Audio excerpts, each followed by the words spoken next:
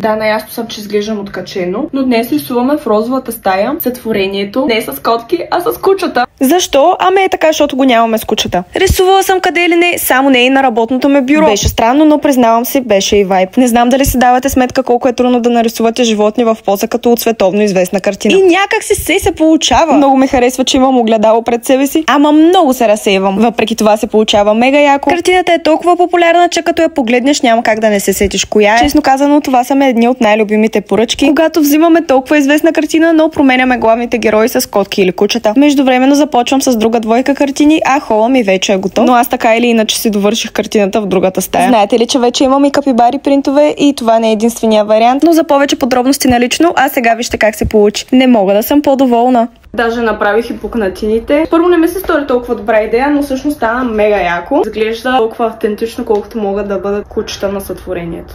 С котки ли ви харесва повече или с кучета? Друга редовна клиентка пък си поръча най-големия принт кукер. Първият такъв, който правя, изглежда страхотно. Тази клиентка си поръча общо 3 картини от мен. Има вкус момичето, какво мога да кажа. Между другото, днес ще кача ново видео в YouTube. Последвайте ме и чао!